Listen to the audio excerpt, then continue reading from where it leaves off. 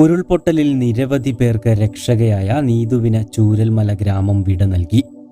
ദുരന്തത്തിൽ നിന്നും രക്ഷപ്പെട്ട ഭർത്താവ് ജോജോയും മകനും ജോജോയുടെ മാതാപിതാക്കളും ഹൃദയം തകർന്നാണ് നീതുവിനെ യാത്രയാക്കിയത്. വയനാടിനെ നടുക്കിയ ഉരുൾപൊട്ടൽ ദുരന്തത്തിന്റെ വിവരം ആദ്യം പുറത്തെത്തിച്ചത് നീതുവായിരുന്നു. മേപ്പാടി അരപ്പറ്റ വിംസ് ആശുപത്രിയിൽ റിസപ്ഷനിസ്റ്റായിരുന്നു നീതു.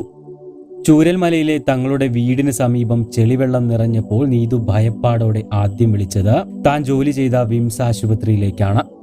വീടിന് സമീപത്തായി ഉരുൾപൊട്ടിയതായി സംശയമുണ്ടെന്നും രക്ഷിക്കണമെന്നുമായിരുന്നു നീതുവിന്റെ വാക്കുകൾ.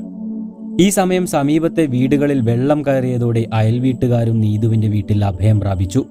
ഉരുൾപൊട്ടിയ വിവരം അഗ്നിരക്ഷാസേനയെയും നീതു അറിയിക്കുകയായിരുന്നു. അഗ്നിരക്ഷാസേനയും ആംബുലൻസും ഇവർക്ക് സമീപത്തെത്താൻ പുറപ്പെട്ടെങ്കിലും ശക്തമായ മഴയിലും കാറ്റിലും റോഡിൽ മരം വീണ ഗതാഗതം സ്തംഭിച്ചു. ഈ സമയത്ത് രണ്ടാമതും പുഞ്ചിരിമട്ടത്ത് ഉരുൾപൊട്ടി.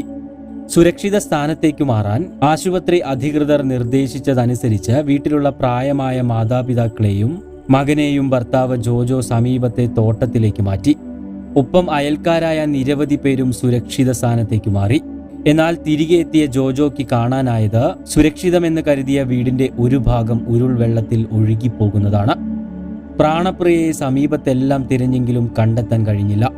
രക്ഷാപ്രവർത്തനത്തിനെത്തിയ പ്രവർത്തകർ ഹൃദയവേദനയോടെയാണ് തന്റെ പ്രിയതമയെ ദുരന്തഭൂമിയിൽ തിരയുന്ന ജോജോയെ കണ്ടത്.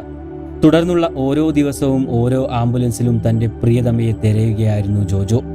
ഏകമകൻ പാപ്പിയും അമ്മ വരുന്നതും കാത്തിരിക്കുകയായിരുന്നു. ഒടുവിൽ ദുരന്തത്തിന്റെ 5ാം ദിവസമായ ശനിയാഴ്ചയാണ് ചാലിയാറിൽ നിന്ന് നീതുവിന്റെ ശരീരം കണ്ടെത്തിയത്. അന്നുതന്നെ ചൂരൽമല സെന്റ് സെബാസ്റ്റ്യൻസ് പള്ളിയിൽ നീതുവിന് അന്ത്യവിശ്രമം നൽകുകയും ചെയ്തു.